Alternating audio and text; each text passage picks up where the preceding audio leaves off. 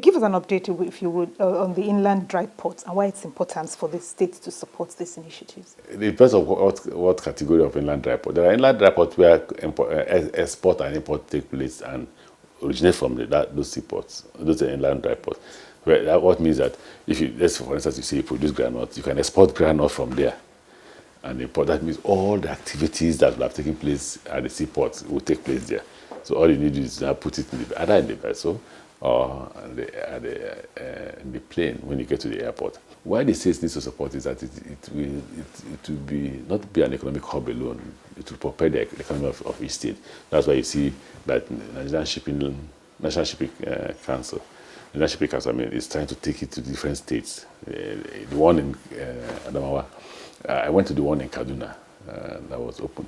You see that it's generating a lot of economic activities, and people are beginning to invest. The one in Ibadan, a Chinese company has just met with the Nigerian Shipping Council to take it over, even though it was given to a Nigerian. And what we said is going to negotiate with the Nigerian. If he agrees, he can do that. It's because it will generate a lot of economic interest. It's going to move activities around Oyo, Ogun, from the Lagos seaport, Adapapa or Tinkan, for those who live in Ogun and Oyo, to that one at Ibadan. What would be the major focus of your ministry for this year? We're not going to blink our eyes. We're going to work hard at railways. In fact, we've brought Etape back to the table. Yes, we're negotiating with a Chinese company that wants to take it over and complete it from Abuja to Etape, and then from Alaja to the seaport and build a new seaport in Warri and possibly a new seaport in Bonny, depending on what we agree with them. But while they are doing that, our desire is to complete this Etape. It's been there for 32 years. 32 years. And what is remaining, more than 32 years now, it should be 33 or 34. What's remaining to complete about 80 billion naira. We've just paid 7. We've paid Julius Berger, and we've paid ZTE.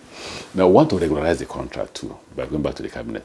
What I mean by regularization of the contract is the fact that if you look at the contract, they awarded only the tracks to Julius Berger. How do you award tracks of a rail line and leave the stations? Then they award the station to Julius Berger, but award water and power to a different company. How would a man be building a house and then you give the contract for the power supply of the house to another company? So what we decided last week is everything about that road, go and review it and pass it on to Julius Berger as a major contractor, while we focus on the completion of the contract. The other ones like fencing can go to the Nigerian companies and all that. Now let's talk about politics. You were campaign coordinator of the APC, and you and your team successfully got this government elected. What do you say to Nigerians who feel shortchanged 2 years into this administration? We promised Nigerians change. We didn't say that the change would be the change on individuals. We didn't say we'll remove the president and put ourselves, and that's the change. We said change in structure. Change in the structure that breeds corruption. I was talking with my friends here, and I said, do you know how much our salary is? About 980,000 naira per month. Do you know how much our housing allowance is? 4 million naira. And it's paid on a monthly basis, part of the 980,000, I think so, that we're paid per month. Do you know how much you're entitled to when you travel overseas? About $500 or so. So before you get over $5,000, you must have a heavy sweat. But this is, in the past, ministers get $20,000, $30,000 for traveling overseas. Was that the entitlement? The answer is no. Who was shortchanging Nigeria? Those past government. Now, they shouldn't forget that if the last government had won, it would have been worse. How so? First, the oil price has come down. When it was 140, 110, what did they do with the money? I continue to say to people that there was a period that Obasanjo left office. He left office and left behind about $68 billion in the excess crude account, not even the foreign reserve. Nigerians are not remembering this. I know what they say. They say, oh, we're tired of hearing what happened.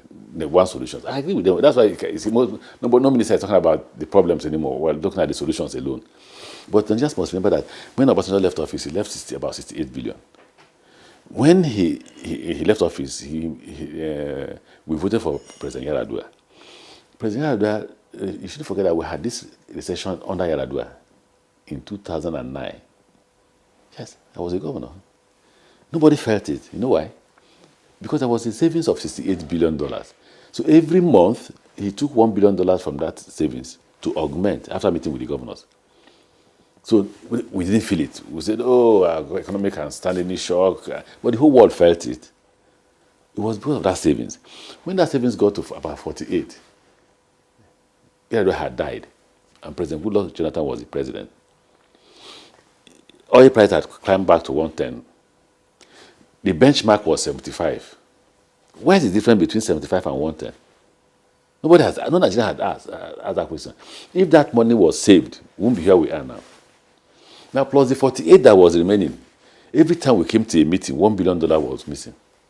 Anytime we came to a meeting, $1 billion, if you come to a meeting by June, we ask, give us account of the excess crude account. If we left at 48, the next month it will be 47. We come the next month, what happened to it? They say, oh, the president directed that they should take it. They should spend it. We come to the next meeting, it will be 46. What happened again? Well, the president said we should spend it, $1 billion. By the time we got to 44, 43, we had said as governors, please, no, this money belongs to every Nigerian. Share it amongst us. At the end of the day, they didn't share it at all. They shared only $10 billion. Right? So what happened to the rest $30-something billion?